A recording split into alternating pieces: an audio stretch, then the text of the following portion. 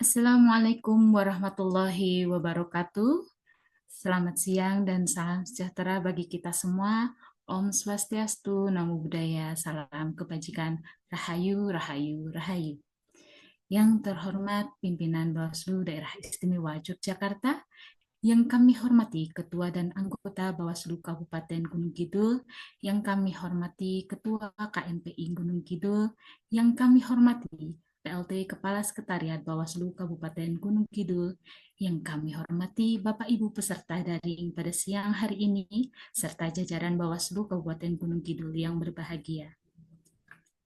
Selamat datang dan selamat mengikuti ngabuburit pengawasan kedua Bawaslu Kabupaten Gunung Kidul dengan tema pengawasan pemuktahiran data pemilih berkelanjutan dan pentingnya menjaga hak pilih pemula yang dilaksanakan pada Kamis 5 Maret 2026. Semoga kebersamaan siang hari ini membawa manfaat dan keberkahan bagi kita semua, serta melalui kegiatan ini kita dapat memperkuat pemahaman tentang pengawasan pemutahiran data pemilih berkelanjutan atau disingkatnya PDPB, serta meningkatkan kesadaran pentingnya menjaga hak pilih khususnya bagi pemilih pemula. Bapak Ibu yang kami hormati, sebelum acara dimulai, marilah kita buka dengan berdoa bersama-sama menurut keyakinan masing-masing. Berdoa dipersilahkan. Berdoa selesai. Acara selanjutnya adalah menyanyikan lagu Indonesia Raya dan dilanjutkan dengan Mars Pengawas Pemilu. Kepada hadirin dimohon berdiri.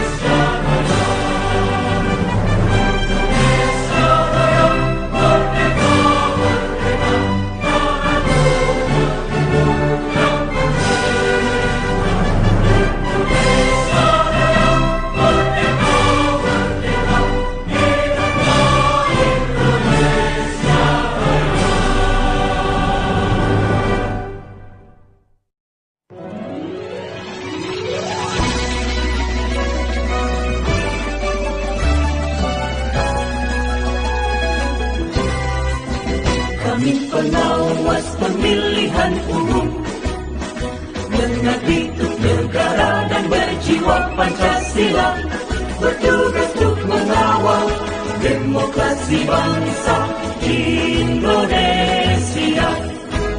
Berdasar undang-undang kami pun berdiri, wujudkan harapan reformasi. Kobar semangat kami tak akan berhenti, ayo awasi. Jujur, adil, mandiri, berintegritas tinggi, menjaga hak pilih di seluruh negeri. Bersama rakyat, awasi pemilu, demokrasi maju. Pengawas pemilu, tonggak demokrasi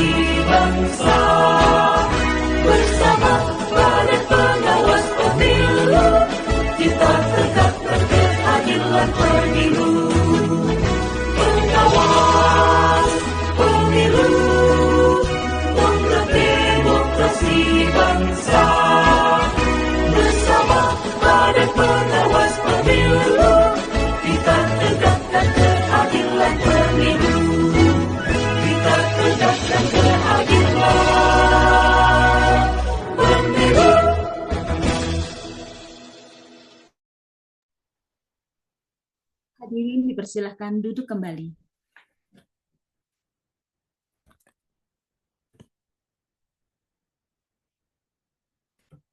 Memasuki acara berikutnya, yaitu sambutan, arahan, serta pembukaan acara dari Ketua Bawaslu Kabupaten Gunung Kidul.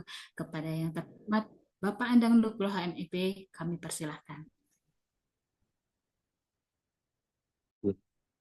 Terima kasih. Sebelumnya, Bismillahirrahmanirrahim. Assalamualaikum warahmatullahi wabarakatuh. Alhamdulillahirrahmanirrahim. Selamat siang, salam sejahtera untuk kita semua yang kami hormati pimpinan Bawaslu Daerah Istimewa Yogyakarta, Ibu Umi Ilina SHMH. Kemudian yang kami hormati pula Ketua DPD KNPI Kabupaten Gunung Kidul, Mas Heri Santoso SPDI, pimpinan Bawaslu Gunung Kidul, Pak PLT Kasek, Pak Kasubag, serta teman-teman staf Bawaslu Gunung Kidul juga. Yang kami hormati pula teman-teman demisioner Panwaslu Kecamatan, teman-teman KNPI juga, dan juga para alumni kegiatan P2P yang berbahagia. Puji syukur tentu kita panjatkan kepada Allah SWT sehingga pada siang hari ini kita bisa bersua di acara ngabuburit pengawasan yang diadakan oleh Bawaslu Kabupaten Gunung Kidul. Saya kira sebagian besar mungkin puasa ini insya Allah ya walaupun siang ini ya tidak begitu lemes lah gitu. Tapi dengan adanya ngabuburit pengawasan ini harapan kami juga ini malah menimbulkan semangat di puasanya gitu. Jadi kegiatan ngabuburit pengawasan ini kan forum diskusi untuk ya mengisi waktu menjelang berbuka gitu. Walaupun Gunung Kidul milihnya agak siang ya seperti itu. Dan ini mengambil tema soal pengawasan dan juga pelindungan hak. Perlu diketahui teman-teman sekalian Bapak soal pemutakhiran data pemilih berkelanjutan ini kan juga bagian pengawasan yang dilakukan oleh Bawaslu ya.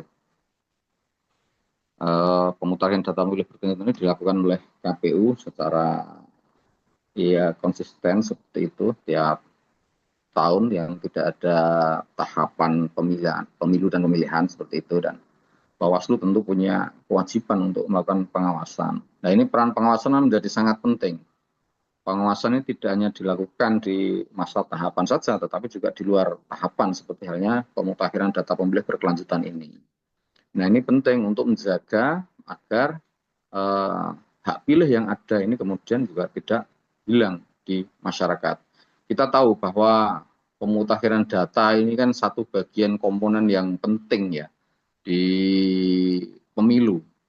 Saya kira bagian komponen utama saya kira soal data pemilih ini untuk di pemilu itu. Sehingga ini betul-betul harus dijaga. Bagaimana kemudian data pemilih ini betul-betul akurat dan bisa dipertanggungjawabkan. Sehingga tidak ada kemudian nanti bahasa-bahasa kehilangan hak pilih dan sebagainya. Itu di masyarakat. Nah ini penting untuk Bawaslu kemudian hadir di sana melakukan pengawasan.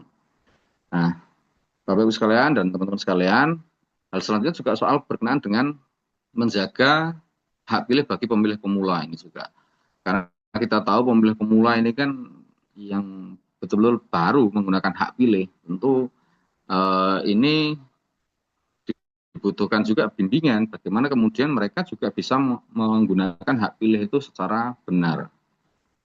Di luar juga harus dijaga juga, jangan sampai kemudian pemilih pemula ini hanya karena urusan administrasi yang kemudian administratif betul, kemudian mengganggu hak pilihnya, kan ini juga suatu hal yang patut kita antisipasi. Jangan sampai kemudian hal-hal yang sepele seperti ini bisa menghambat dari hak pilih yang harusnya mereka dapatkan seperti itu. Nah, teman-teman sekalian, Bapak Ibu sekalian yang saya hormati, di ngabuburit pengawasan ini nanti kami menghadirkan 2 narasumber. Karena ini ngabuburit pengawasan, saya kira narasumbernya jadi ustadz dan ustadzah gitu. Ustadz yang cowok, yang cewek ustadzah gitu. Nah, ustadzahnya ini nanti Ustadzah Umi Ilinya SHMH dari Bawaslu Daerah Istimewa Yogyakarta. Kemudian nanti ustadzahnya sudah Bu Umi, ustadznya ini Mas Heri Santoso dari KNPI Gunung Kidul. Nah, harapan kami nanti forum ini menjadi ya benar-benar jadi forum diskusi yang konstruktif lah, agar nanti hal kecil ini bisa betul-betul bermanfaat.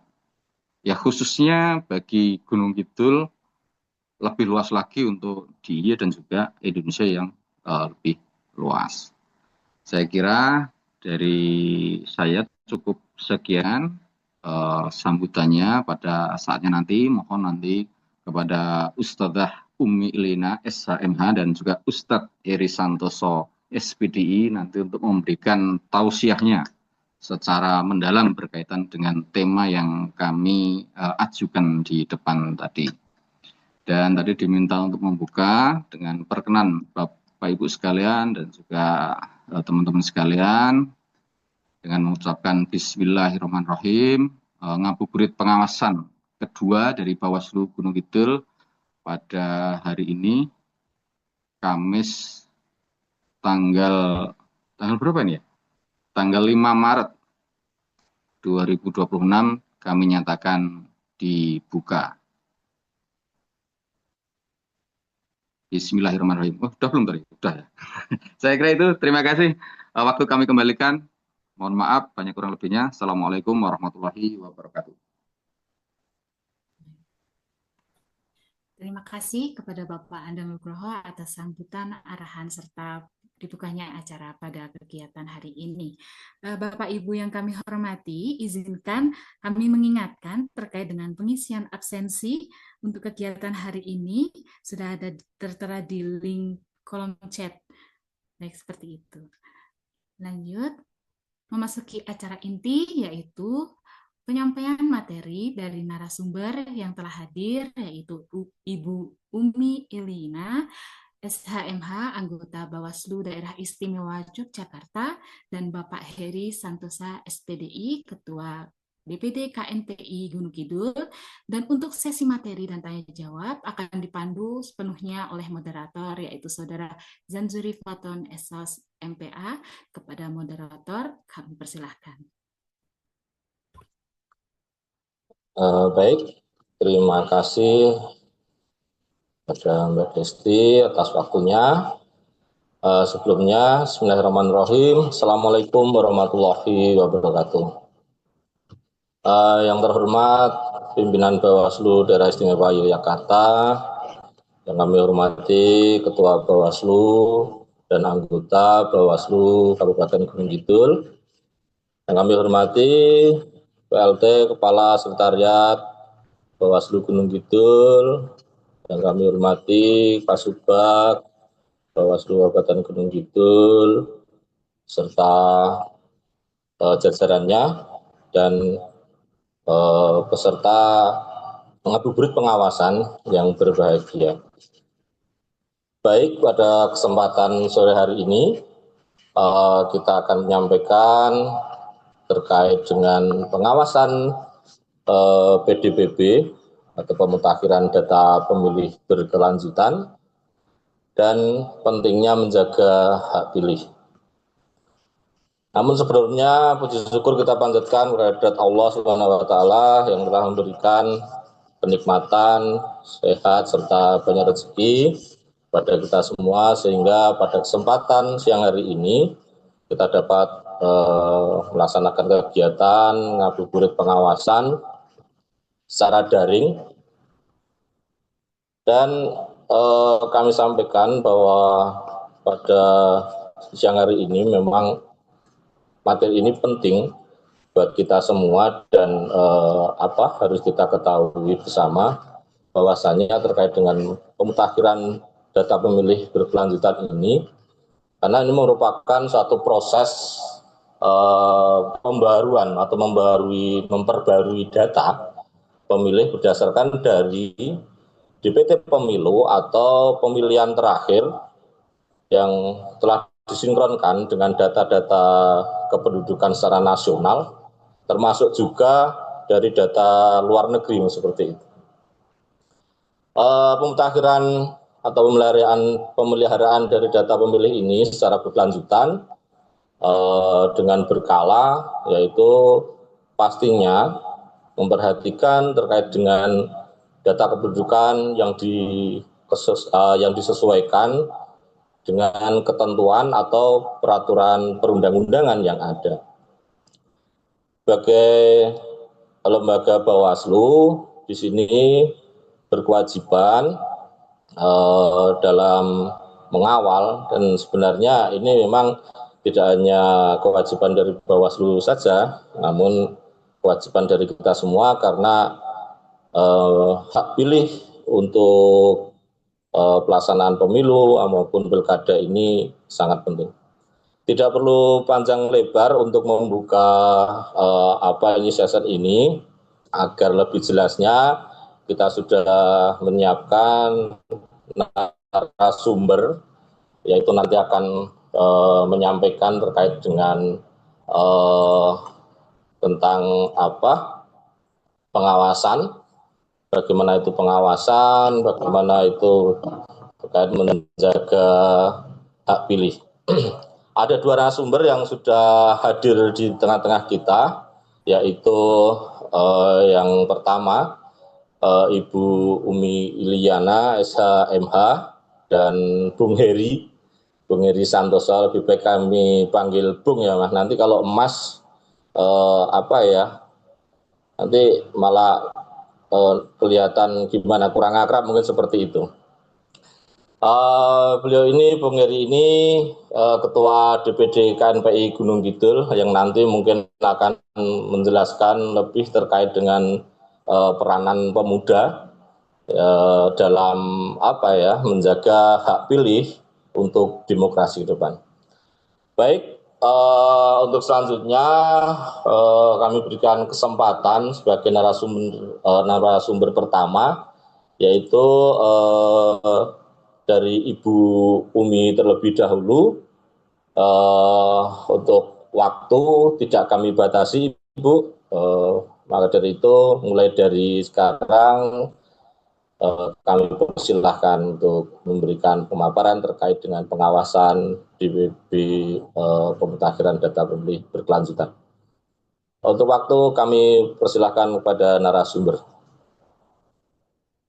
Baik, tes suara saya terdengar, Mas? Iya, Ibu, jelas, Ibu. Ya, baik. Bismillahirrahmanirrahim. Assalamualaikum warahmatullahi wabarakatuh. Selamat siang, Bapak Ibu semua. Alhamdulillah kita bisa bersilaturahmi walaupun masih via daring ya. Saya izin menyapa dulu yang saya hormati Ketua dan anggota Bawaslu Kabupaten Gunung Kidul, Bung narasumber, Bung Heri Santoso, Ketua KNPI Gunung Kidul, teman-teman sekretariatan, Demisioner Panwascam, kemudian juga alumni dari P2P Gunung Kidul. Semoga dalam bulan Ramadan ini sehat walafiat, lancar ibadah puasanya. Pada kesempatan ini, saya mohon dibantu ditayangin slide PPT-nya ya, Mas. Saya akan menyampaikan terkait dengan pengawasan PDPB dan pentingnya menjaga hak pilih pemula. Bisa tolong ditayangkan PPT-nya?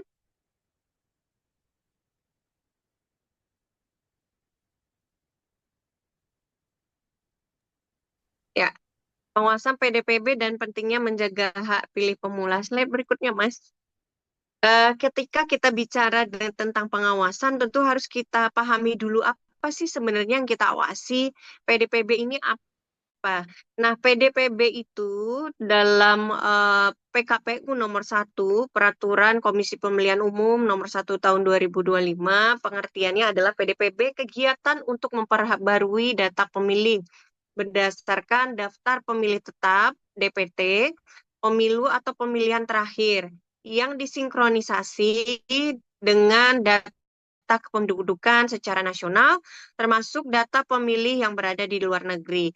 Nah, jadi jika kita bicara pengawasan PDPB, nah PDPB ini yang diawasi Bapak Ibu. Jadi bukan berarti dia baru didata, tapi ini adalah data yang sudah ada namun dimuktahirkan kembali karena banyak hal-hal yang memang perlu dirawat dan diperbaharui terkait dengan data pemilih.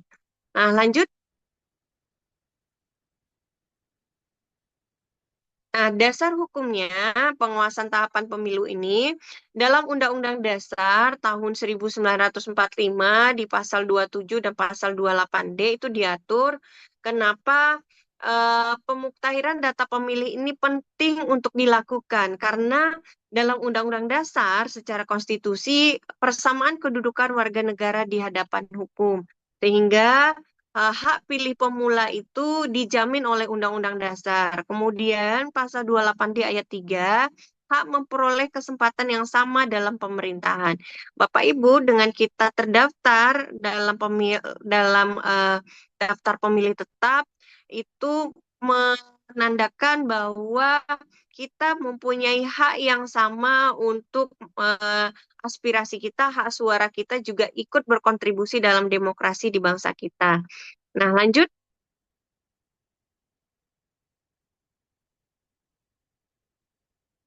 Kemudian di dalam Undang-Undang Nomor 7 juga di pasal huruf L, KPU berkewajiban melakukan pemuktahiran dan pemeliharaan data pemilih secara berkelanjutan. Pasal 93-nya huruf B dan D itu adalah wewenang Bawaslu untuk melakukan pencegahan dan pengawasan terhadap tahapan penyelenggaraan pemilu, termasuk di dalamnya pemuktahiran data pemilih. Kemudian diatur lebih lanjut pada pasal 101 dan 103 mengatur tugas Bawaslu yang dilakukan baik di tingkat provinsi maupun di tingkat kabupaten kota dalam melakukan pengawasan tahapan pemilu di wilayah masing-masing. Nah, di pasal 198 ayat 1 ini menjamin tentang warga negara Indonesia yang pada hari pemungutan suara sudah genap berusia 17 tahun atau lebih, sudah kawin atau sudah pernah kawin dan mempunyai hak untuk memilih. Nah, inilah dasar hukumnya Bapak Ibu kenapa PDPB ini perlu untuk dilakukan. Lanjut. Di dalam PKPU nomor 1 tahun 2025 tentang pemuktaran data pemilih berkelanjutan pada pasal 2 ayat 1-nya, ini dijelaskan terkait dengan prinsip-prinsip apa saja yang harus ada dalam pemuktahiran data pemilih berkelanjutan. Di antaranya itu adalah prinsip komprehensif, inklusif, akurat, muktahir, kemudian harus dilakukan secara terbuka, responsif, partisipatif, akuntabel, perlindungan data pribadi, dan aksesibel. Nah, di dalam PKPU nomor 1 tahun 2025 itu juga mengatur terkait sumber data pemilih itu berasal dari data pemilih terakhir, data kependudukan secara nasional, sumber lembaga terkait, misalnya sumber lembaga terkait ini ada dari lembaga permasyarakatan, kemudian juga dari dinas sosial, dan lain-lain. Nah, data pemilih luar negeri. Jadi, pemuktahiran data pemilih berkelanjutan ini bukan hanya data pemilih yang ada di dalam negeri, tapi juga data pemilih di luar negeri harus juga include di dalamnya untuk dimuktahirkan. Nah, kemudian mengatur mengenai mekanisme pemuktahiran berkala. Nah, karena di dalam PKPU itu diatur untuk provinsi itu diatur untuk nasional dan provinsi diatur 6 bulan sekali dan di tingkat kabupaten kota dimuktahirkan setiap 3 bulan sekali. Nah, kemudian harus ada publikasi dan uji publik data pemilih. Untuk apa? Untuk kita bisa mencocokkan secara administratif maupun realita di lapangan. Karena Bapak Ibu, jika Bapak Ibu merasa yakin bahwa saya pada pemilu 2024 maupun pilkada itu terdaftar di DPT. Nah, kita harus kembali mengecek gitu. Jangan-jangan ada miss administratif sehingga data kita belum terdaftar sebagai data pemilih tetap. Maupun ada keluarga kita yang sudah genap di tahun ini misalnya berusia 17 tahun atau ada yang sudah meninggal dunia, maka harus dilakukan sinkronisasi. Misalnya data yang meninggal dunia itu harus dikeluarkan dari DPT dan yang sudah genap berusia 17 tahun harus dimasukkan atau terdata di dalam DPT. Nah, inilah fungsi salah satu publikasi dan uji publik data pemilih. Kemudian, koordinasi antar lembaga. Karena Bapak Ibu semua, pemuktahiran data berkelanjutan ini sifatnya dinamis. Banyak sekali warga negara Indonesia mobilitasnya tinggi. Tidak perlu jauh-jauh, misalnya di Kabupaten Gunung Kidul saja. Ada beberapa wilayah misalnya yang penduduknya bekerja sebagai TKI atau TKW. Nah, sehingga data-data ini kan dinamis ya, dan ini yang perlu diperbaharukan agar warga negara Indonesia itu tidak kehilangan hak pilihnya. Lanjut. Nah, secara substansi pengawasan PDPB itu dilakukan oleh Bawaslu. Lanjut, Mas. Nah, apa saja bentuk dari pengawasan yang dilakukan oleh Bawaslu itu? Yang pertama, pengawasan dilakukan dengan pendekatan pencegahan, kemudian dilakukan dengan uji petik data pemilih, dengan koordinasi dengan Disduk Capil, kemudian rekomendasi perbaikan data. Misalnya pada saat ada coklit terbatas yang dilakukan oleh KPU, kemudian di lapangan ditemukan ada warga yang masih hidup, tapi di data itu dianggap sudah meninggal dunia. Nah, maka ini harus disinkronkan melalui rekomendasi perbaikan data yang dilakukan oleh pengawasan Bawaslu. Kemudian, pengawasan melekat. Nah, pengawasan melekat ini mengawasi proses sinkronisasi dan pemadanan data. Nah, kemudian lagi mengawasi publikasi daftar pemilih berkelanjutan. Yang ketiga bisa dengan cara partisipatif. Apa misalnya partisipatifnya? Mendorong masyarakat melapor jika belum terdaftar, atau kolaborasi dengan kampus, atau desa, atau komunitas disabilitas, atau kelompok rentan lainnya, ataupun dengan organisasi-organisasi kepemudaan yang ada di wilayah masing-masing. Lanjut. Nah, mengapa pengawasan PDPB itu penting? Lanjut, Mas. Nah, karena pemuktahiran data pemilih berkelanjutan menjadi penting. Yang pertama, dia mencegah kehilangannya hak pilih dari warga negara Indonesia. Yang kemudian yang kedua, menjaga kualitas daftar pemilih tetap saat tahapan pemilu dimulai. Kemudian yang ketiga, mengurangi sengketa proses di kemudian hari pada saat tahapan sudah berlangsung. Yang keempat, meningkatkan integritas elektoral. Nah, jadi Bapak Ibu, semakin data itu presisi, semakin dia mendekati akurasinya, maka trust dari masyarakat terkait dengan proses yang dikawal semua tahapan berlangsungnya pemilu itu terbangun dengan kepercayaan publik itu tadi. Maka pengawasan PDPB ini penting untuk dilakukan agar semua proses dari tahapan pemilu itu dapat diterima hasilnya oleh masyarakat. Lanjut. Nah, realitas yang sering terjadi di lapangan, Bapak Ibu, masih banyak warga negara Indonesia, masyarakat kita yang belum melakukan rekam KTP elektronik. Misalnya karena merasa belum cukup usia 17 tahun gitu ya. atau kami menjumpai kasus di Gunung Kidul ternyata sudah usia di atas 30-an ternyata belum punya KTP gitu kan, karena belum melakukan perekaman dan merasa bahwa selama ini belum bersentuhan dengan urusan administratif negara sehingga belum mengurus KTP sama sekali di usia 30 tahunan. Yang kemudian yang kedua, data belum sinkron atau adanya data ganda. Nah, ketiga, pindah domisili atau dikarenakan bagi adik-adik yang sekolah atau mahasiswa misalnya pindah sekolah keluar dari Kabupaten Gunung Kidul atau keluar di lintas kecamatan gitu ya. Nah, kemudian tidak tahu cara cek daftar pemilih. Nah, ini yang paling juga sering ditemukan literasi terkait dengan pentingnya melakukan pemutahiran data pemilih itu bukan karena tidak ingin, karena informasi terkait ini yang belum menjangkau teman-teman masyarakat bahwa gimana caranya mengecek bahwa warga negara itu atau kita sebagai masyarakat sudah terdaftar atau belum di DPT. Nah, inilah yang penting untuk kita edukasi masyarakat dan kita sosialisasikan kepada masyarakat. Lanjut. Nah,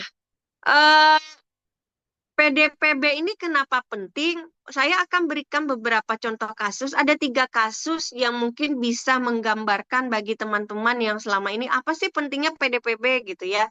Nah, contoh kasus pertama itu terjadi misalnya di salah satu SMA di wilayah Desa Durian Runtuh. Ditemukan sejumlah siswa kelas 12 yang genap berusia 17 tahun beberapa minggu sebelum hari pemungutan suara. Nah, sebagian dari mereka belum melakukan perekaman KTP elektronik karena fokus persiapan ujian sekolah misalnya. Saat dilakukan uji petik pengawasan data oleh Bawaslu, ditemukan beberapa nama belum masuk dalam sinkronisasi data kependudukan. Nah, inilah contoh kasus kenapa pengawasan PDPB itu penting karena hal-hal seperti potensi mereka tidak masuk daftar pemilih itu akan mencederai hak teman-teman atau adik-adik yang tadi siswa ini sebagai warga negara Indonesia. Kemudian kedua, jika tidak ada pengawasan PDPB, kemungkinan besar adik-adik ini tidak tahu bagaimana cara prosedur pindah memilih misalnya. Nah, kemudian yang ketiga, kehilangan pengalaman demokrasi pertama. Bayangkan adik-adik yang usia sebagai pemilih pemula yang seharusnya kita tanamkan benih-benih kecintaan terhadap proses berdemokrasi, tapi karena ketidaktahuan mereka atau akses informasi yang tidak mereka dapatkan, sehingga mereka itu kehilangan momentum memilih pada kesempatan pertama mereka sebagai pemilih. Nah, hasil riset yang Bapak Ibu semua, indikator salah satu demokrasi kita bagaimana keberlangsungan ke depannya adalah bagaimana pemilih pemula itu awalnya diberikan kesempatan. Ketika kita memberikan kesempatan seluas-luasnya, maka itu adalah cerminan keberlangsungan demokrasi kita yang berkelanjutan. Lanjut. Contoh kedua. Kasus kedua, ya. Nah, di kasus kedua, di kota Yogyakarta ini banyak siswa tinggal di kos karena misalnya orang tuanya bekerja di luar daerah atau memang asal siswanya yang berada aslinya di luar provinsi atau di luar kabupaten kota. Nah, saat PDPB mereka masih terdaftar di alamat asal. Tetapi pada hari pemungutan suara sudah berdomisili di DIY. Nah, bayangkan kalau teman-teman ini tidak memutakhirkan data pribadinya. Masalah yang muncul adalah yang pertama, tidak memahami mekanisme pindah memilih. Kemudian dua, terlambat mengurus administrasinya. Dan yang ketiga, akhirnya tidak menggunakan hak pilih. Contoh kasus ketiga, Mas, monggo.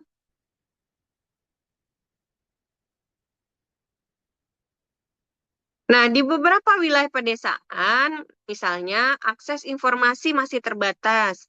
Sebagian pemilih pemula belum memahami pentingnya perekaman KTP elektronik sebelum usia 17 tahun. Nah, ini permasalahan adalah akses. Sehingga akses informasi yang terbatas menyebabkan ada kasus ini. Nah, potensi masalahnya ketika kita tidak melakukan sosialisasi secara masif ke daerah-daerah wilayah pedesaan, maka yang pertama potensi masalahnya adalah bukan hanya administratif, tapi minimnya literasi kepemiluan yang akan berpengaruh pada potensi hilangnya hak untuk memilih oleh pemilih pemula. Yang kemudian yang kedua potensi masalah yang muncul adalah tidak adanya dorongan kolektif untuk cek data, baik itu dari lingkungan instansi sekolahnya maupun dari lingkungan sekitar. Nah, lanjut. Nah, inilah pentingnya menjaga hak pilih pemula. Karena apa? Yang pertama, menjamin hak konstitusional warga negara.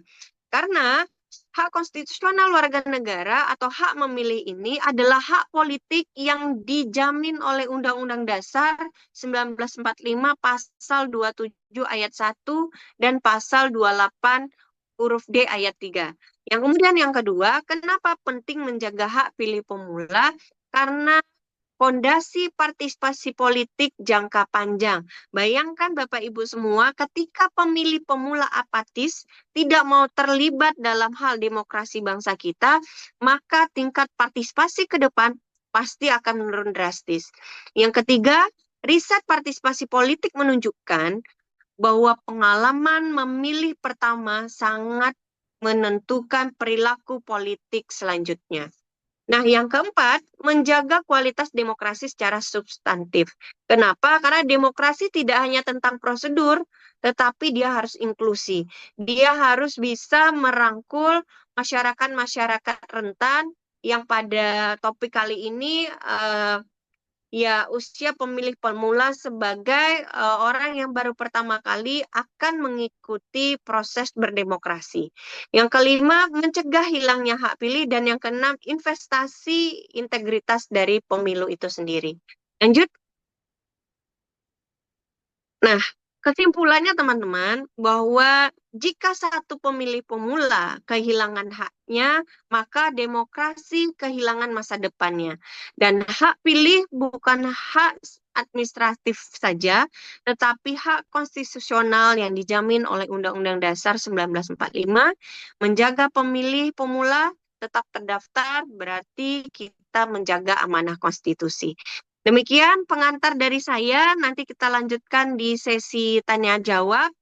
PPT ini hanya sebagai pemantik bahan informasi teman-teman bahwa PDPB ini sebenarnya adalah hal yang bukan yang baru lagi yang kita hadapi dari pemilu ke pemilu. Tapi permasalahan yang muncul dari pemilu ke pemilu tantangannya hampir sama saja.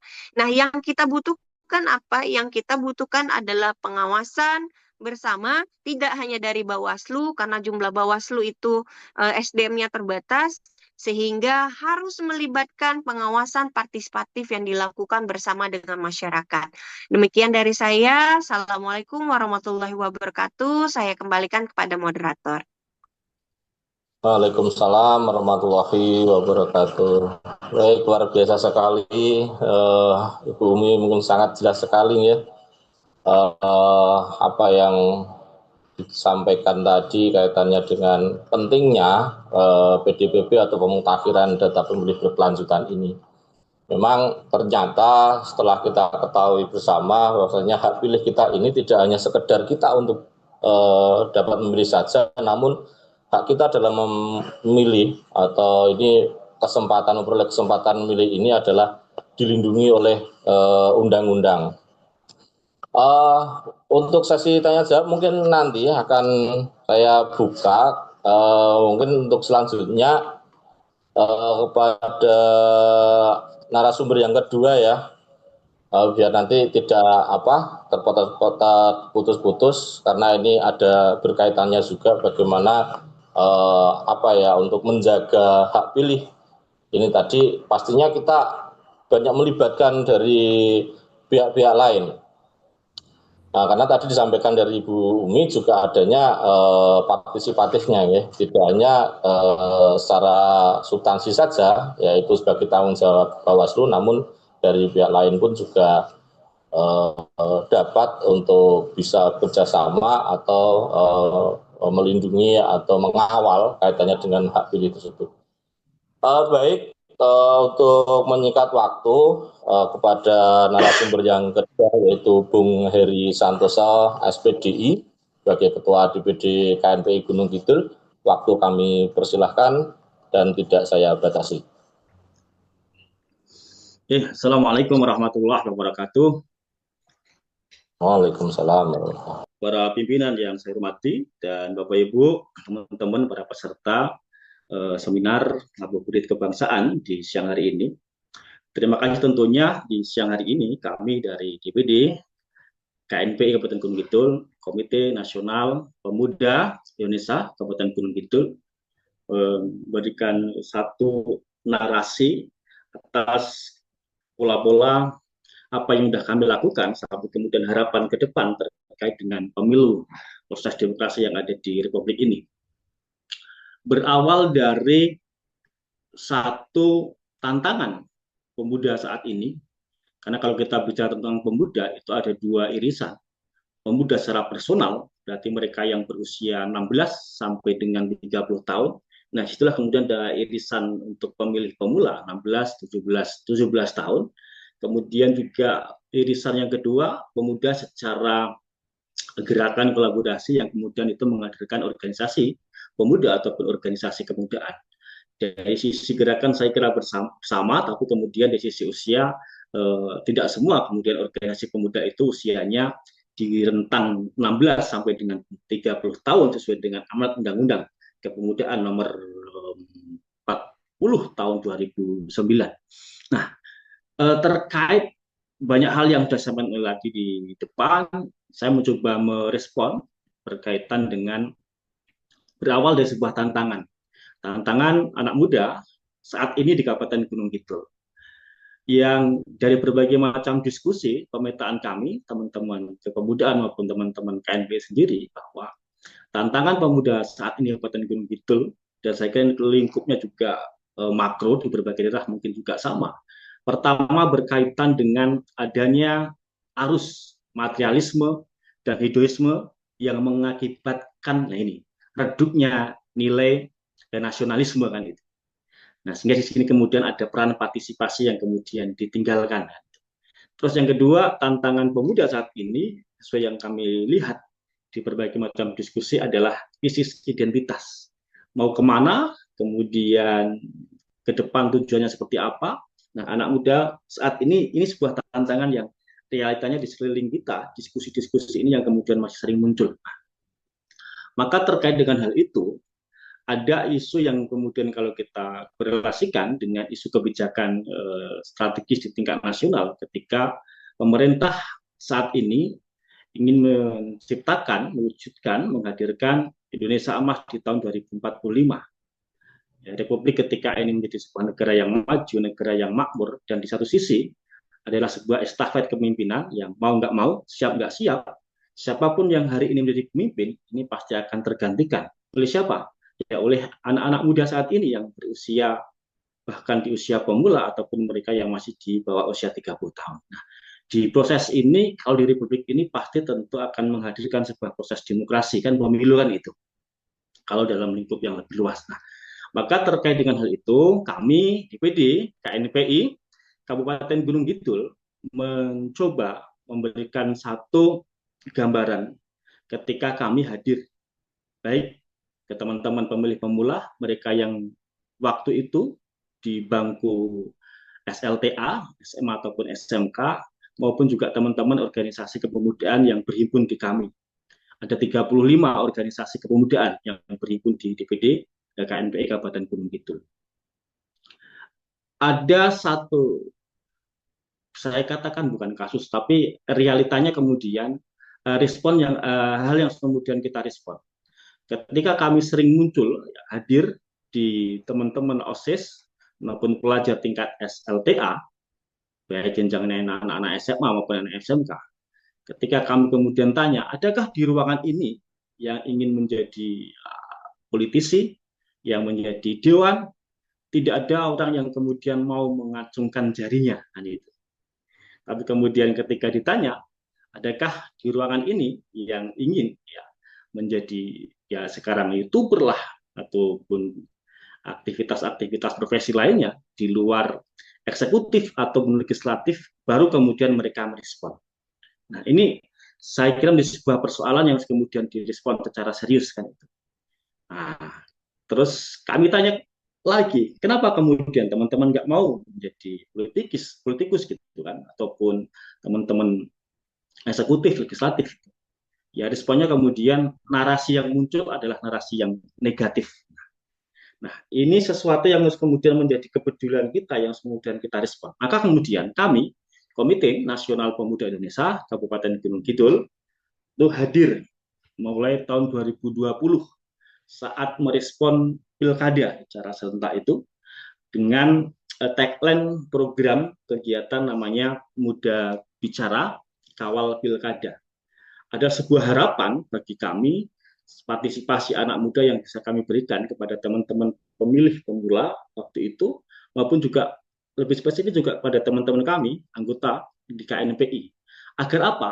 Agar partisipasi politik mereka itu ada. Kemudian yang kedua, agar mereka juga tidak apatis terhadap politik. Maka kami sering menyampaikan ya dengan latar belakang persoalan Kabupaten Gunung Kidul yang sampai saat ini mungkin konotasinya juga ketika kita bisa tentang pilkada, pemilihan legislatif, eksekutif, pasti yang muncul akan ongkos politik ya yang cukup tinggi, dan ini bukan hanya sekedar rumor tapi realnya kan seperti itu. Bahkan teman kami pernah menjadikan ini menjadi satu bahan skripsi kajian mereka teman-teman ya yang ada di kami, dan itu memang real. Saya kira ini persoalan kan. Saya kira persoalan yang kemudian pada akhirnya kalau dilihat dari sisi estafet pemimpinan dengan ongkos politik yang mahal seperti itu, pasti kemudian tidak akan terwujud. Itu kacamata kami. Nah, Muda Bicara Kawal Pilkada itu kemudian hadir mulai tahun 2020 waktu itu. Dan kami launching juga waktu juga mengadakan Bawaslu, kemudian dari KPU, dan juga teman-teman aktivis-aktivis demokrasi yang ada di Kabupaten Gunung Kidul, selain juga organisasi kebudayaan di Kabupaten Gunung Kidul. Dan itu continue kami ya mengawal proses demokrasi tersebut. Nah, itu satu apa yang sudah kemudian kami lakukan atas nama pemuda. Terus yang kedua, di satu sisi, nah ini masuk dengan apa yang disampaikan oleh Pak Ketua tadi.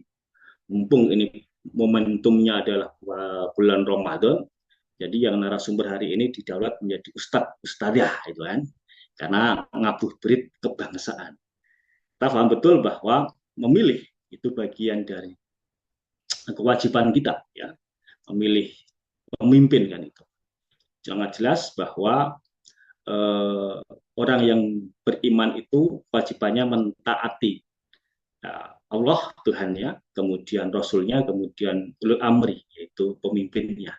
Nah, pemerintah sudah memberi satu regulasi kebijakan amanat pada kita hari ini untuk menggunakan hak pilih di proses demokrasi. Tapi kemudian persoalannya hari ini, kalau kemudian kita kaitkan dengan hak pilih, kalau di Kabupaten Gunung Kidul, insya Allah kalau saya melihat ketika data administrasi pemerintah di Dukcapil dalam hal ini itu tertib, nggak ada yang kemudian masa pemilih pemula yang kemudian tidak mendapatkan kesempatan untuk memilih. Di satu sisi persoalan yang kalau di Kabupaten Gunung Kidul ini Bu, yang saya lihat sekarang yang kuat ini dengan tingkat perantau yang tinggi, kadang ini yang kemudian tidak terdeteksi ataupun tidak kemudian terekam.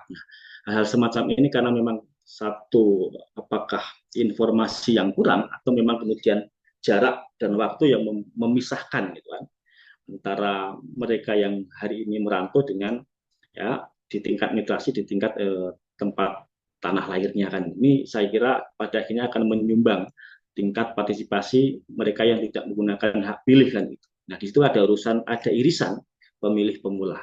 Maka terkait dengan hal itu di diskusi ngabuburit kebangsaan ini, ya saya lebih menekankan terkait dengan partisipasi pemilih pemula.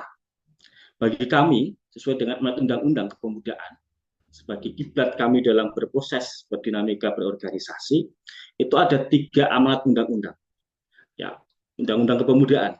Satu adalah penyadaran, yang kedua itu berkaitan dengan pemberdayaan, dan yang ketiga itu yang berkaitan dengan pengembangan, gitu kan. Nah, 3 hal ini kemudian satu regulasi yang kemudian berproses dan bertahap. Tidak mungkin masyarakat kita, pemilih pemula ini kemudian bisa diarahkan untuk mau berpartisipasi untuk menggunakan hak pilih, datang ke TPS, kalau kemudian mereka tidak memahami terkait dengan pentingnya menggunakan hak pilih. Di satu sisi kemudian juga informasi hoax yang kemudian kuat juga menjadi sebuah tantangan ya, yang ada di tingkat masyarakat.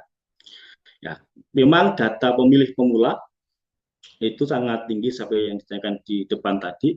Maka kemudian berkaitan dengan hal tersebut, peran pemuda dengan tadi tingkatan kami, penyadaran, pemberdayaan, kemudian pengembangan.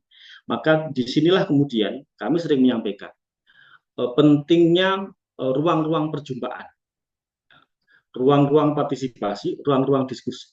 Saya sering menyampaikan tidak ada orang yang kemudian bisa diajak berpartisipasi, peduli itu tanpa ada sebuah penyadaran. Dan ruang penyadaran itu akan muncul, akan timbul ketika kemudian ada ruang perjumpaan. Maka disinilah kemudian apakah ini perannya Bawaslu atau kemudian perannya KPU agar ruang-ruang perjumpaan, ruang-ruang penyadaran ini lebih banyak lagi kemudian dihadirkan. Apakah kemudian hari ini masih kurang? Ya, apakah kemudian hari ini juga belum pernah? Sudah banyak ya forum-forum itu dilakukan. Tapi saya meyakini ketika forum-forum seperti itu lebih banyak dilakukan, saya kira kemudian ruang-ruang penyadaran itu kan akan kemudian tumbuh ya, muncul di tengah masyarakat, lebih kemudian para pemilih pemula itu kan, khususnya di Kabupaten Gunung Kidul. Nah, ini satu hal yang kemudian bisa dihadirkan, baik itu yang berbasis kepada organisasi siswa, OSIS, ataupun komunitas. Di Gunung Kidul ini komunitas gerakan-gerakan, komunitasnya sangat banyak.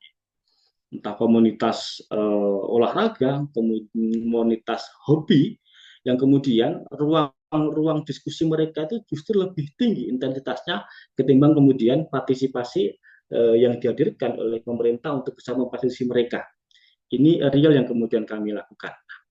Itu Ibu dan teman-teman sekalian, lebih pada Bawaslu dan KPU untuk banyak menghadirkan ruang-ruang perjumpaan sebagai bentuk penyadaran bagi generasi muda di Kabupaten Gunung Kidul, terlebih terkait dengan partisipasi hak pilih ya.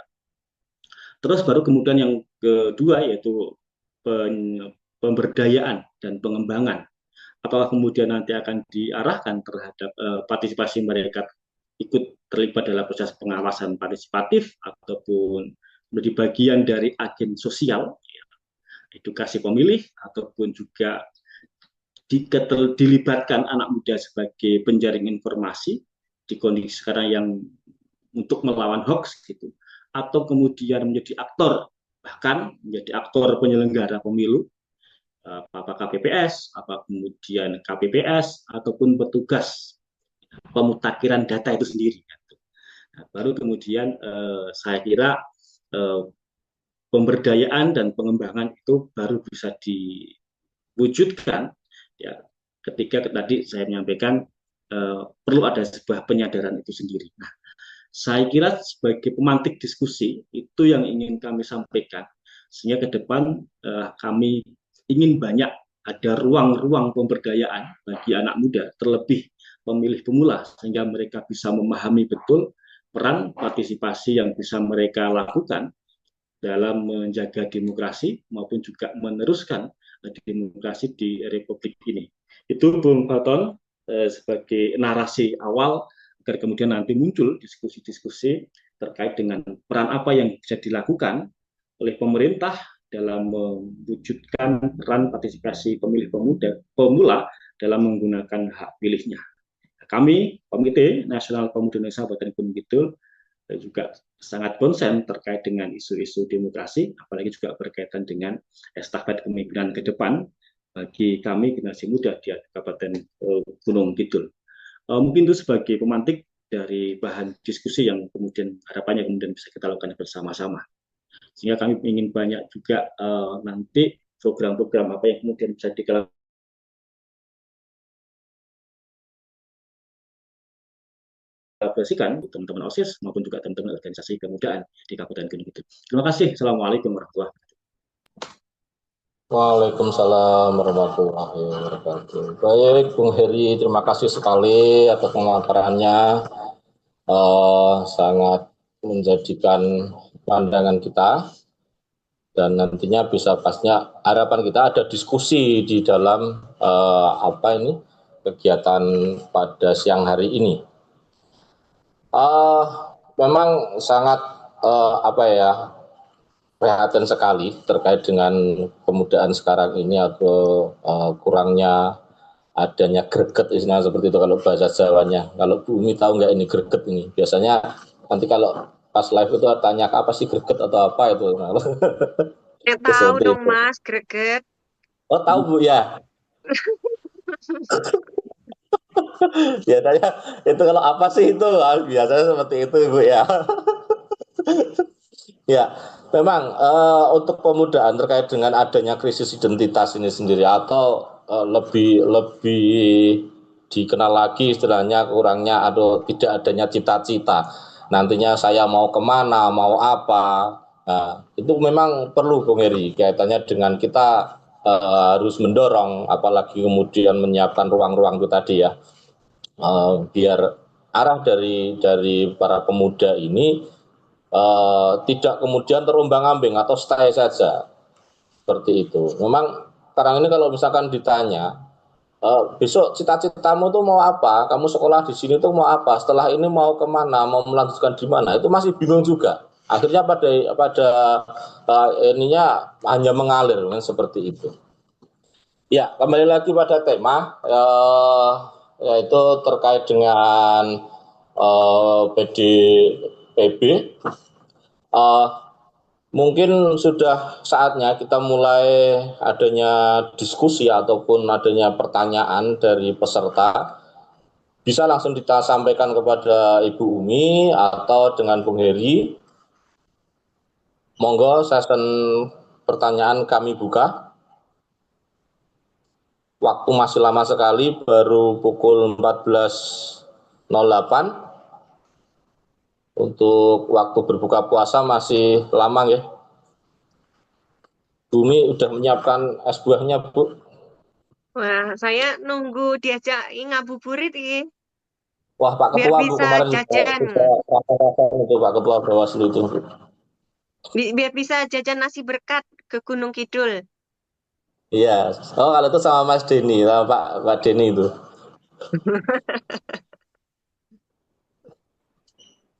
Monggo sesi pertanyaan dibuka.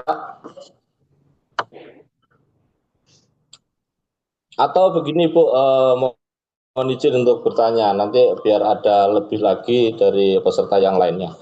Berkaitan dengan bagaimana sih Bu kita ini bisa mengetahui apakah kita itu sudah terdaftar sebagai mempunyai hak pilihnya itu jalurnya itu di mana Bu? Kita bisa mengetahui mungkin dari peserta ini ada yang belum tahu mungkin gimana sih saya harus mengetahui tentang saya ini sudah masuk dalam pemilih atau sebagai pemilu atau pilkada itu. Mungkin Ibu bisa menjelaskan seperti itu.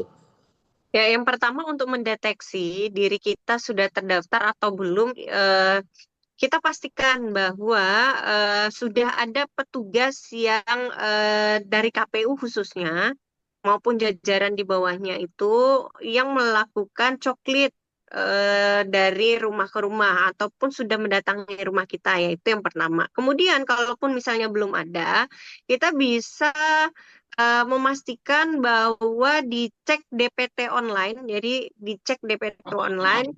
Nah, itu nama kita sudah ada di sana. Nah, Bawaslu sebagai lembaga yang memang diamanahkan oleh undang-undang untuk mengawasi semua prosesnya, termasuk pemutahiran data pemilih, bagaimana kami memastikan bahwa ada warga masyarakat yang sudah terdaftar atau luput dari pantauan KPU. Salah satunya adalah kami melakukan apa namanya, uji petik. Nah, uji petik yang kami lakukan adalah kami mengecek di DPT online, kemudian di Siak. Nah, ini apakah nama si Mawar misalnya sudah terdaftar atau belum? Atau yang paling mudahnya mendeteksi adalah bagi warga yang sudah meninggal dunia. Nah, ini gampang sekali karena kasusnya ada di sekitar kita. Misalnya kita tahu si Mbah A misalnya seminggu yang lalu meninggal dunia atau sebulan yang lalu meninggal dunia. Nah, kita cek, Bawaslu akan cek apakah masih terdaftar di DPT online dan di Siak atau namanya masih ada. Sekiranya kita masih menemukan data-data orang yang seharusnya sudah dikeluarkan dari DPT karena meninggal dunia, nah itu kita berikan rekomendasi kepada KPU. Tapi kalau secara personal, teman-teman pastikan sebenarnya dengan data kita pribadi, oh dicek DPT online nama kita sudah terdaftar. Caranya mudah saja sebenarnya. Dan ini yang perlu dilakukan sosialisasi oleh KPU karena lembaga yang diamanahi melakukan pemutahiran data pemilih berkelanjutan itu adalah KPU. Bawaslu hanya bertugas mengawasi bahwa KPU secara kelembagaan sudah menjalankan semua yang diamanahkan oleh undang-undang dan prosedur serta tata cara yang dilakukan oleh KPU itu juga sudah sesuai dengan undang-undang. Gitu Mas Faton. Baik Ibu, terima kasih. Ini ada satu pertanyaan lagi buat Bung Heri yang melalui chat. Izin bertanya untuk Bung Heri, di era sekarang ini banyak anak muda yang lebih aktif menyuarakan pendapatnya di media sosial, tetapi belum tentu semuanya menggunakan hak pilihnya saat pemilu. Menurut Bung Heri, bagaimana cara menumbuhkan kesadaran bahwa menjaga dan menggunakan hak pilih itu sama pentingnya dengan menyuarakan opini di ruang digital? Terima kasih Bung Heri. Mohon untuk Bung Heri bisa memberikan penjelasan. Ini dari Mbak siapa ini? Mbak Pak siapa ini fotonya ini? Monggo Bung Heri. Oke, terima kasih. Ya, bagaimana caranya kemudian kita bisa memberikan kesadaran bagi anak muda untuk bisa terlibat dalam proses demokrasi seperti halnya ketertarikan mereka dalam bermedia sosial. Nah, hal itu kalau saya pahami ya karena masih minimnya pemahaman mereka terkait dengan politik itu sendiri, terkait dengan demokrasi itu sendiri. Nah, kenapa? Karena mereka belum bisa merasakan secara langsung dampak dari sebuah proses demokrasi yang kemudian menghadirkan pemimpin atas maksud dan tujuan yang ingin dicapai. Ya, nah, kadang inilah yang sering juga menjadi satu tantangan bagi kita dalam artian pemerintah penyelenggara pemilu sampai kemudian juga pemerintah sebagai pengawas pemilu. Maka terkait dengan hal itu sekali lagi saya sampaikan seperti yang di depan, mereka yang seperti ini memang kurangnya kesadaran ya, terkait dengan pentingnya menggunakan hak pilih, dampak apa yang kemudian akan mereka dapatkan ya, terhadap proses demokrasi yang akan terlaksana dan pasca terlaksanakan itu. Sehingga yang terjadi maka ya mereka acuh, apatis terhadap politik. Alah, ngapa memilih itu kan? Apa dampaknya? Sehingga yang terjadi transaksional kan wah ini piro akan harus memilih kan. Maka kami sering menyampaikan mungkin kita belum bisa merasakan secara langsung dampak dari proses demokrasi. Tapi yakinlah bahwa apa yang kita alami saat ini ada sebuah proses dari demokrasi itu sendiri, proses pemilu itu sendiri. Contoh sederhana, ketika hari ini kamu mengeluhkan masih keterbatasannya ruang publik di Kabupaten Gunung Kidul, yaitu karena proses ya dari proses demokrasi kan itu. Maka pilihlah mereka yang aware, yang konsen terhadap isu-isu itu. Ketika kita merasakan kamu apa itu data politik karena ya, masih minimnya kebijakan pemerintah terhadap fasilitasi bakat dan minat ya, ya itu kesalahan kamu karena kamu tidak memilih gitu kan. Mereka yang aware, yang kemudian peduli terhadap bakat dan minatmu. Nah, dari hal-hal semacam itu kemudian pendekatan ini kami lakukan. Sehingga yang terjadi mereka pada akhirnya, oh iya ya. Sehingga pada saat mereka, oh iya, di situ ada sebuah harapan bagi kita untuk bisa memberikan satu edukasi terhadap pendidikan politik. Nah, itu satu. Terus yang kedua, memang sekarang eranya ini kan era media sosial. Dan saya kira pola-pola informasi, baik dalam bentuk sosialisasi, ya, baik itu berkaitan dengan pemutakhiran data atau terkait dengan pentingnya menggunakan hak pilih, juga harus bisa menyentuh uh, anak muda hari ini ataupun generasi Gen Z hari ini dengan cara-cara mereka kan. Nah, cara-cara mereka itu kan sekarang ya platform-platform media sosial ini hal yang sangat relate ya, yang bersentuhan dengan mereka kan. Memang realnya tidak semua orang itu mau dihadirkan dalam satu ruang diskusi ya. Tapi kemudian mereka hanya tertarik ketika kemudian di media sosial. Maka ini harus kemudian dihadirkan. Bagaimana membuat video pendek durasi 30 sampai 60 menit, kemudian story, bahkan polling yang kemudian juga terkait dengan politik gitu kan. Kemudian juga gunakan influencer gitu kan. Saya kira juga penting. Jadi influencer tidak hanya sebuah buzzer kepentingan tertentu, tapi juga buzzer kepentingan demokrasi. Saya kira itu juga perlu kemudian disentuh, gunakan influencer atau tokoh, bahkan tokoh anak muda. Ya, kalau kami ini kan sudah nggak muda, Bung Paton, gitu kan. Sudah saatnya kita memberikan estafet kepemimpinan kepada mereka kan. Tapi muda yang kemudian dari usia-usia mereka yang usia 16 sampai dengan 20 tahun, saya kira kemudian akan relate gitu kan. Kemudian buat konten yang menarik, baik itu yang berkaitan dengan pendidikan, yang berkaitan dengan pekerjaan, lingkungan, ataupun yang berkaitan dengan harga-harga produk. Dari apa? Dari sebuah dampak politik kan itu. Nah, saya kira kalau mereka kemudian disentuh dengan hal semacam itu, mereka partisipasinya kemudian akan lebih karena sudah ada sebuah kesadaran politik bagi mereka.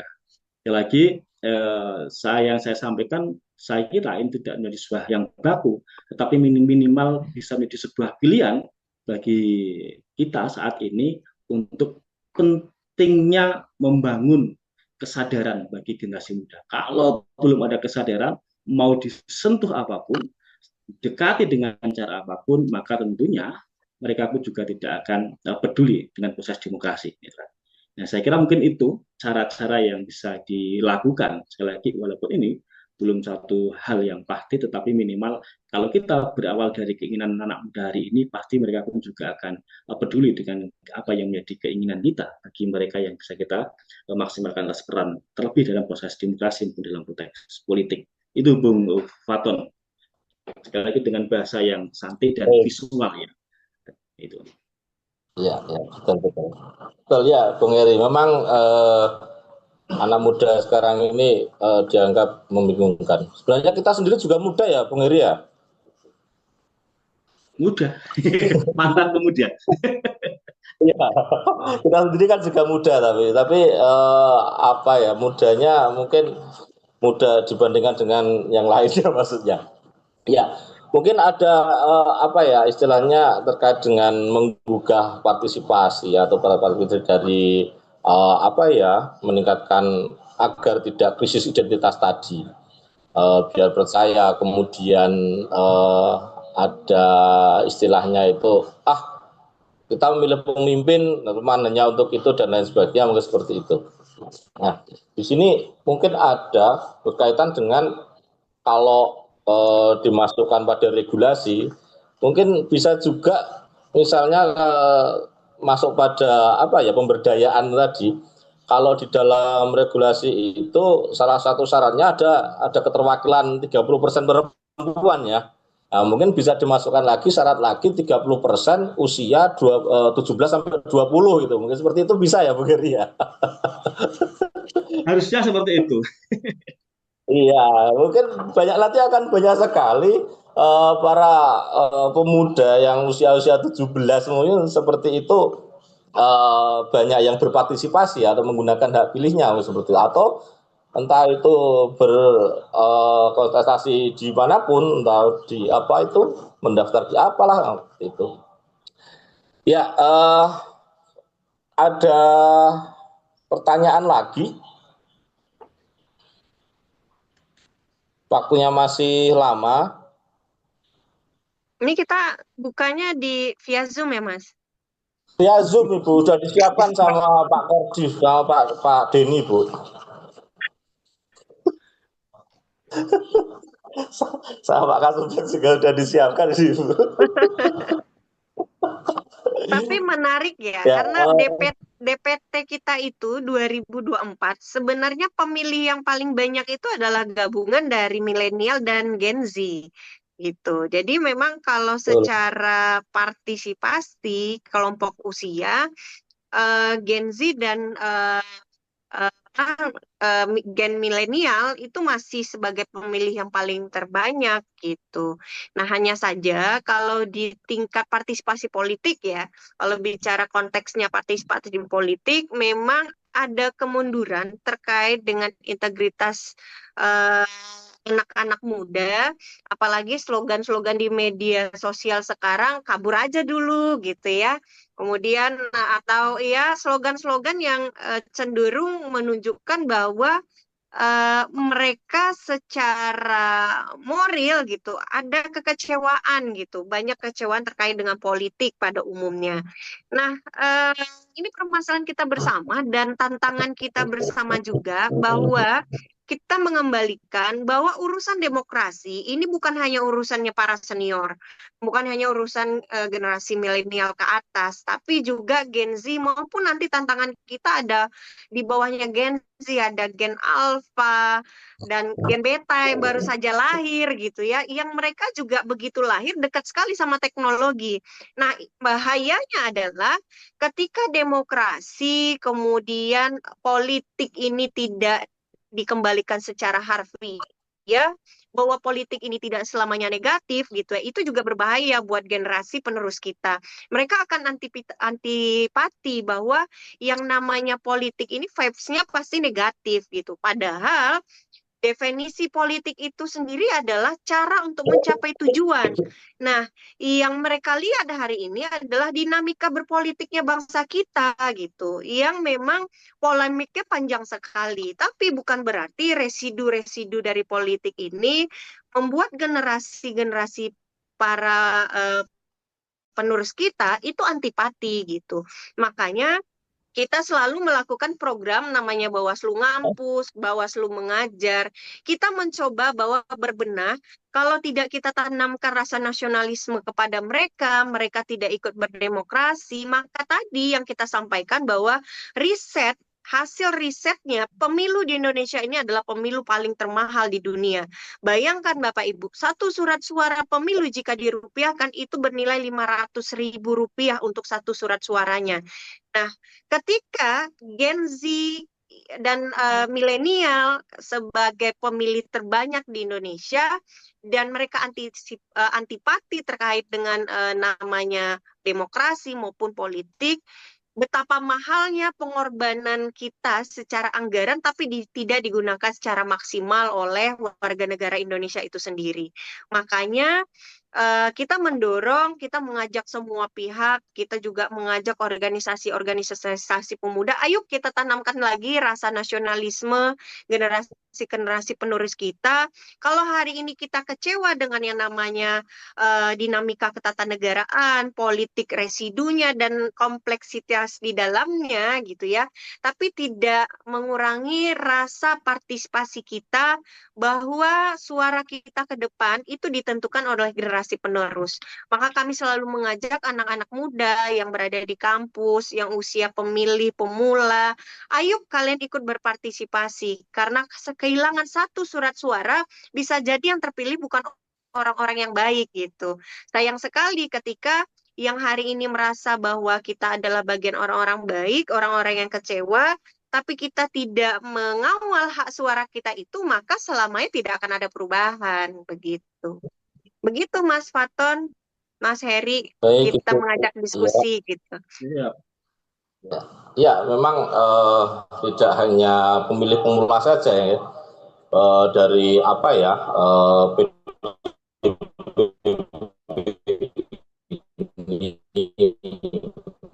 seperti yang disampaikan oleh Bu Mita, ganda, pindah tempat, dan lain sebagainya, itu pun juga menjadi fokus atau PR kita pada pemutakhiran data ini sendiri. Ada satu pertanyaan lagi nih Bu, datanya Bu, sebentar, dari Mas Rianto ya.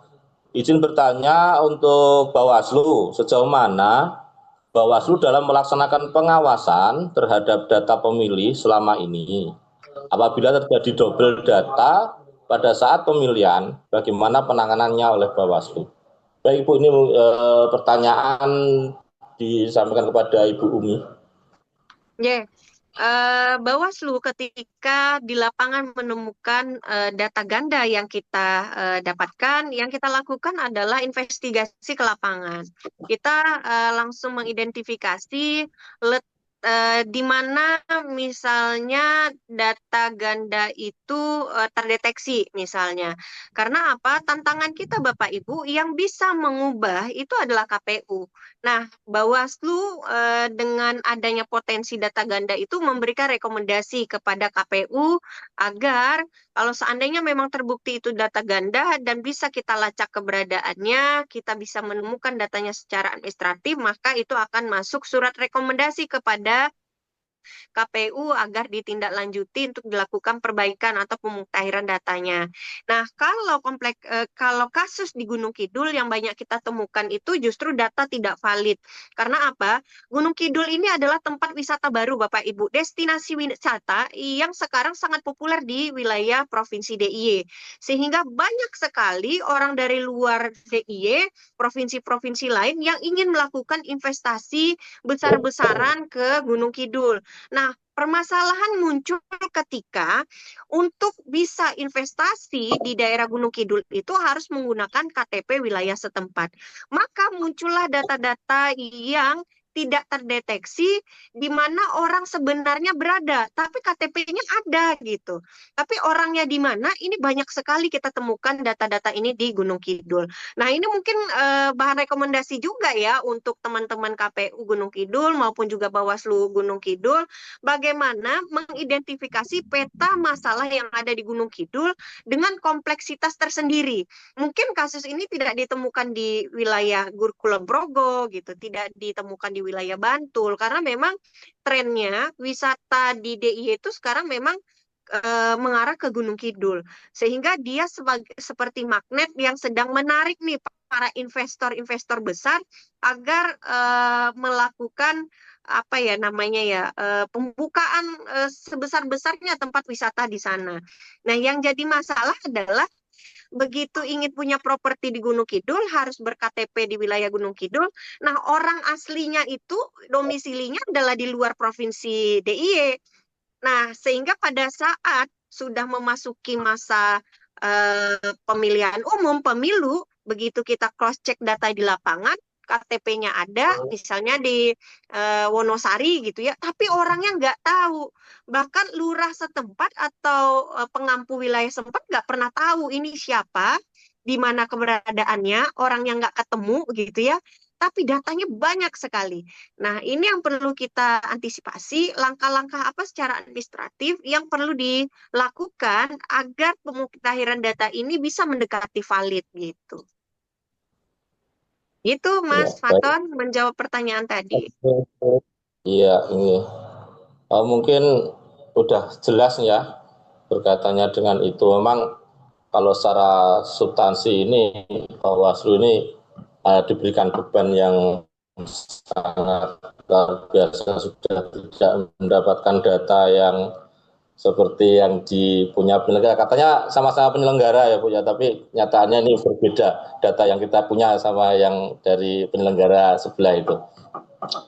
Ya, ada juga Bu yang kaitannya terkait dengan apa itu pensiunan TNI, Polri mungkin seperti itu ya Bu ya, yang apa itu bisa kita kawal kaitannya dengan hak pilihnya mungkin seperti itu.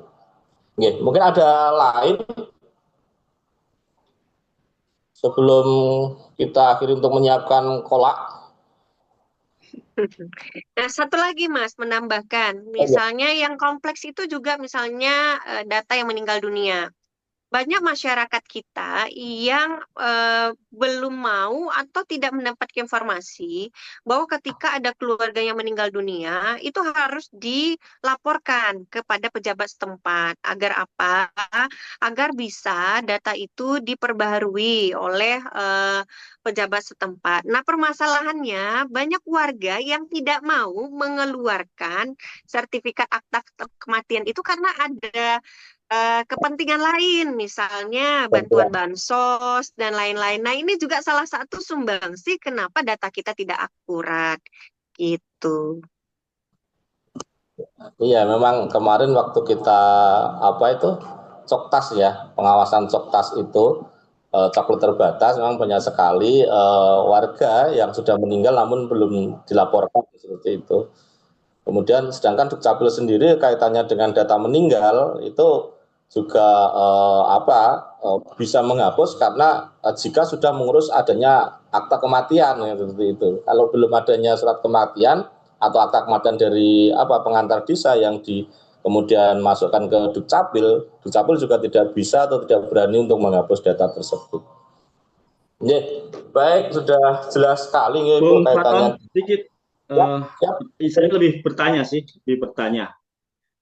terkait Mas, dengan ini narasumber bertanya double ini, Mas.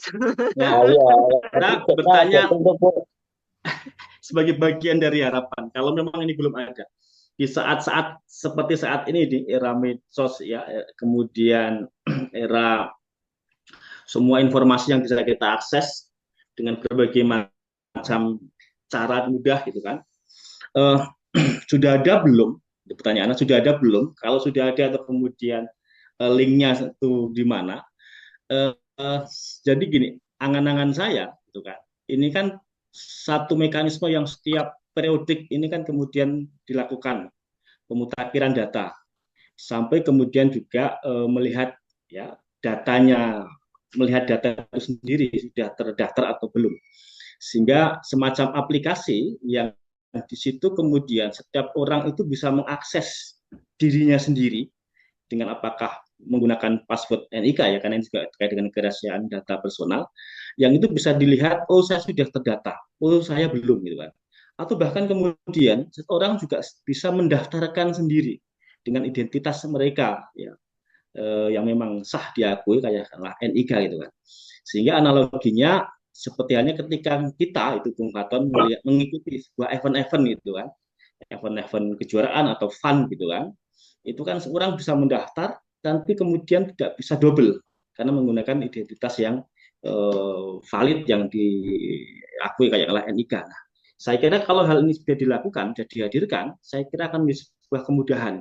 Sehingga tadi ada pertanyaan di awal tadi, sehingga bisa menjawab ketika sekarang di era digitalisasi yang kuat, partisipasi anak muda kuat di media sosial, tapi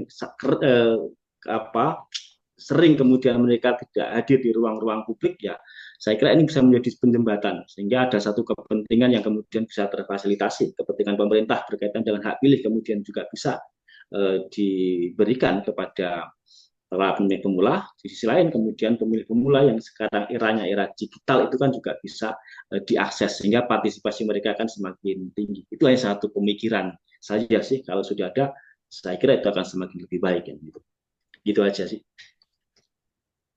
Ya, baik, Bung Heri ya.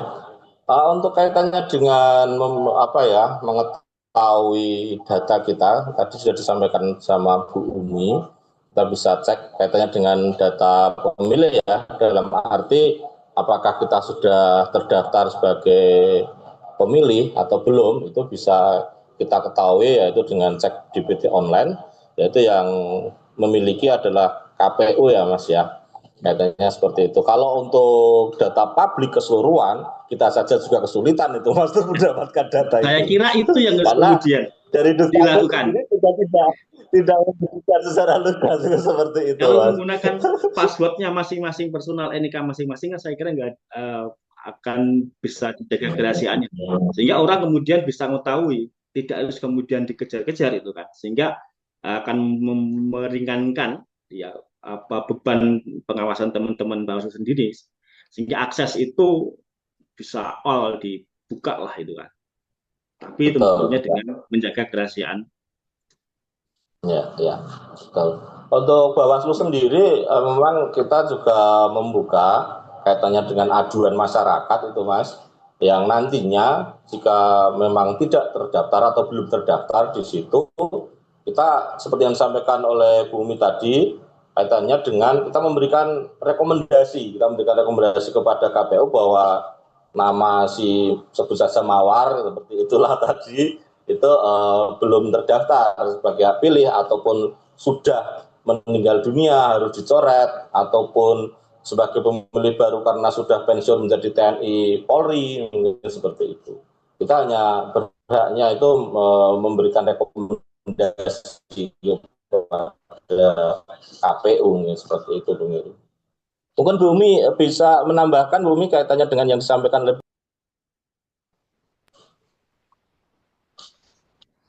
Saya rasa udah cukup dirangkum sama moderator.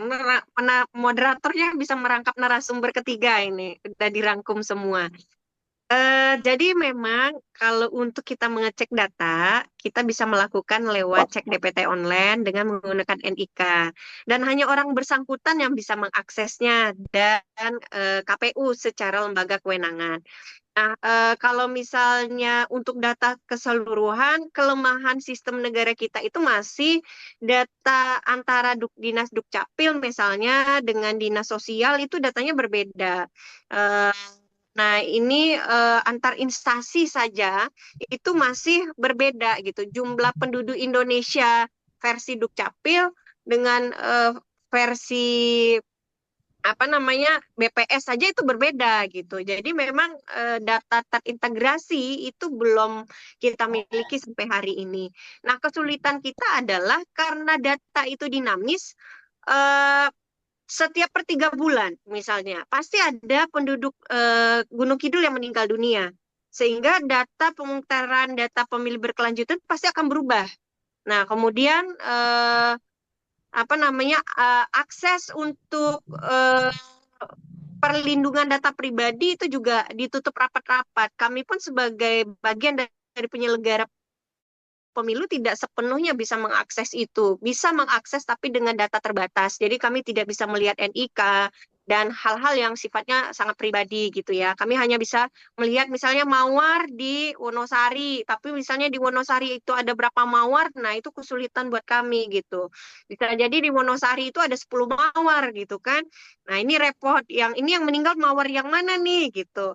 Sehingga memang tugas Bawaslu itu bukan hanya mengawasi KPU dalam menyelenggarakan program, dalam menyelenggarakan pelaksanaan pemilu, tetapi juga kami mengawasi bahwa tidak ada satu warga negara Indonesia pun yang tercecer gitu. Karena ya sangat berat ya menurut saya ya, karena dari Sabang sampai Merauke wilayah Indonesia yang sangat luas. Kalau untuk skopnya DIY atau Gunung Kidul pun masih rentan dengan penduduk-penduduk yang mobilitasnya juga tinggi tadi karena daerah wisata, kemungkinan yang bekerja dari luar banyak masuk ke Gunung Kidul ataupun yang ingin nyantri di Gunung Kidul juga banyak gitu. Nah, sehingga memang mobilitasnya Gunung Kidul ini beda dengan Gunung Kidul yang mungkin di era 90-an gitu. Jadi pemutahiran data pemilih ini sekali lagi bukan hanya tanggung jawab penyelenggara, akan tetapi juga pengawasannya harus dilakukan bersama, baik itu oleh lembaga-lembaga negaranya maupun oleh masyarakat yang memang semua hak pilihnya bergantung dari pengawasan kita bersama. Begitu, Mas Faton melengkapi. Oke. Begitu, Bung Heri? Yap. Ya. Ini kurang cendol ini Mas kayaknya, Mas. Gitu ya. Ya. Sebentar lagi akan muncul tayangan pilihan menu berbuka ini. Tinggal milih ya Mas, rasa apa gitu ya. Tapi cuma milih aja, nggak usah mendapatkan langsung. Sudah milih disiapkan aja Mas, operator. tapi belinya masing-masing gitu. Nah, Sudah disiapkan sama operator, Bang Heri. aman ya. Iya, Aman tuh Tapi barang. dalam aman. bentuk foto ya Mas, masih ya Mas? Masih Iya, dalam bentuk iya. foto ya? Deh, Iya. monggo Mas. Baik, apakah ada lagi pertanyaan berkaitan dengan PDPB ataupun pengawalan terkait dengan hak pilih yang dilakukan ataupun peranan dari pemuda yang nantinya biar bisa untuk berkontribusi ataupun berpartisipasi dengan mengawal hak pilih diri kita ataupun dari orang lain.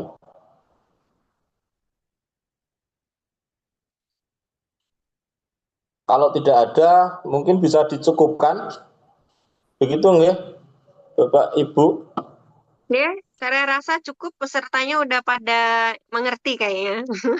Iya, sudah paham semua kelihatannya ini, Ibu.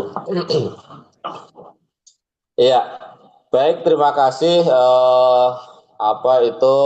dari pemaparan narasumber, kedua narasumber dari Ibu Umi, dari Bung Heri, sangat dapat menjadikan referensi kita semua, dan kita sudah bisa bagaimana untuk mengetahui kaitannya dengan PDPB, pentingnya PDPB, kemudian pentingnya pengawalan peranan dari pemuda, seperti itu, fungsi dari pemuda. Jadi tidak hanya sebagai pemuda ini untuk menunggu menua seperti itu ya, Mas Heri atau Bung Heri ya.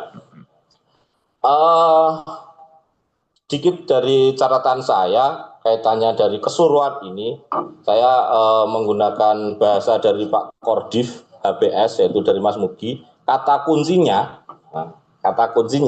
biasanya seperti itu ya Bu ya. Di sini adalah dari kesadaran.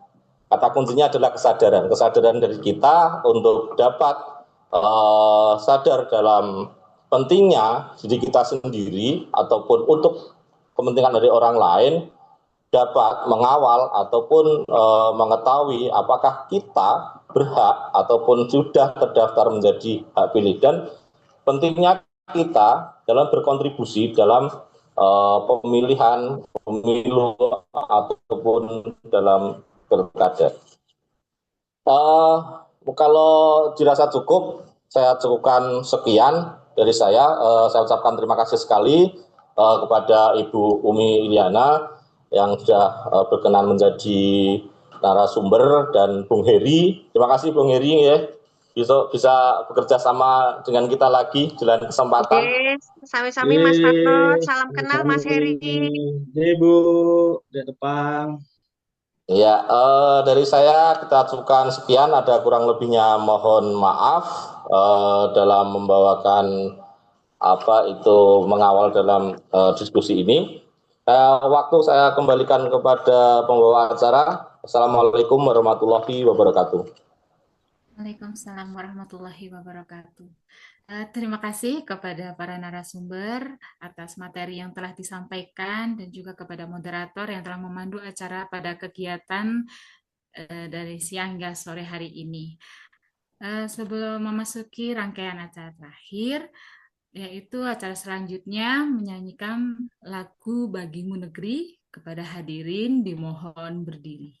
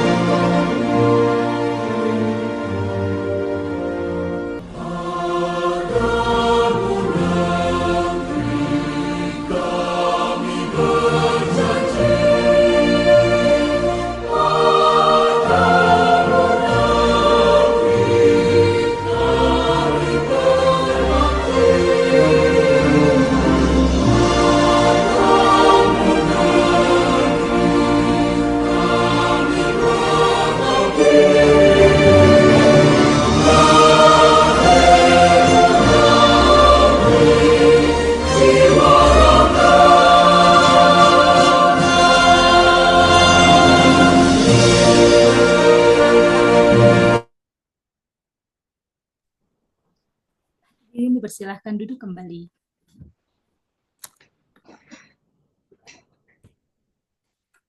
Hadirin yang kami hormati, demikian rangkaian acara ngabuburit pengawasan kedua yang telah kita ikuti bersama secara daring pada kegiatan hari ini. Sebelum acara ditutup, marilah kita berdoa sesuai dengan keyakinan masing-masing. Berdoa dipersilahkan. Doa